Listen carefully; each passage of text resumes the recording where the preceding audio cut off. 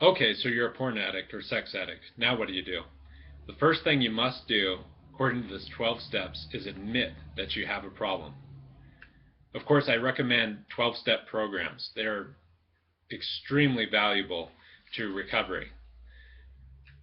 In the back of this book will be references to sites where you can go to find out what kind of sexual addiction recovery is in your area, or pornography addiction recovery is in your area. When I got started, I went to an organization called LifeStar. LifeStar's information will also be in the back, and I found it extremely valuable. There are other clinics and recovery out there, and I'll bet you as long as they have the right intentions of helping you understand where this pain is coming from and shame is coming from and how you can deal with it in a more effective ways, it will be extremely helpful to you. See, there is a big difference between the addict and the addict in recovery. You want to move from being the addict to the addict in recovery. This is the most painful stage, being the addict. You feel like you're trapped. You feel like you have no other way of looking at things.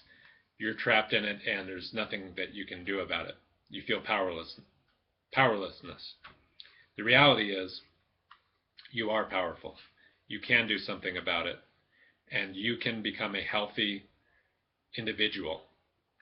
Now, I'm not a psychologist. I'm not a therapist. I'm only going to share to help you with my own personal experience so that you can become the person that you feel like you knew that's deep down inside of you that's going to be there.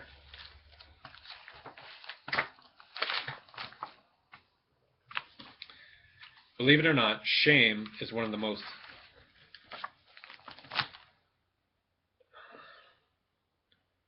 important factors to understanding what keeps your sexual addiction alive. You see, there is a cycle that happens with sex addiction and pornography addiction. First, the cycle starts out with preoccupation.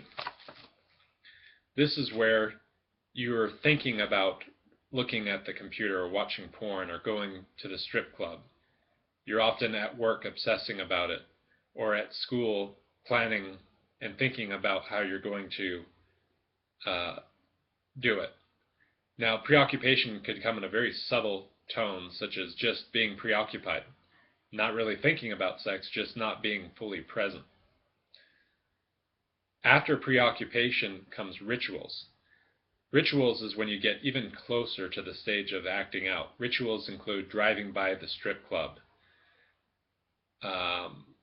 visiting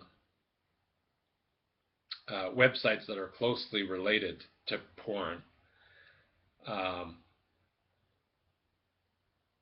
getting out your binoculars so you can watch the neighbor undress across the street. This is getting dangerously close to the actual acting out stage.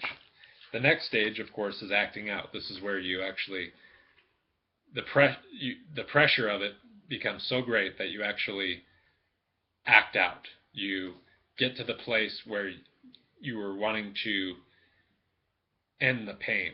This includes masturbating to porn, or actually going inside the strip club, or having sex with a prostitute. Next comes pain. Because you've just committed this act, you may feel good and you may feel euphoric for about 8 seconds, but what will soon come is deeply rooted shame and pain. You feel so disgusted with yourself often.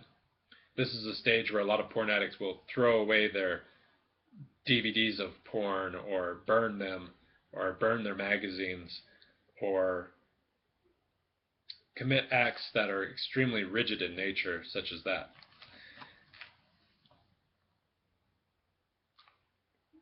When the pain becomes so great, it often leads to distorted thinking, preoccupied thinking, which leads you right back into the cycle, right back into rituals, right back into acting out, back into pain, back into preoccupation, back into rituals, back into acting out, back into pain, etc.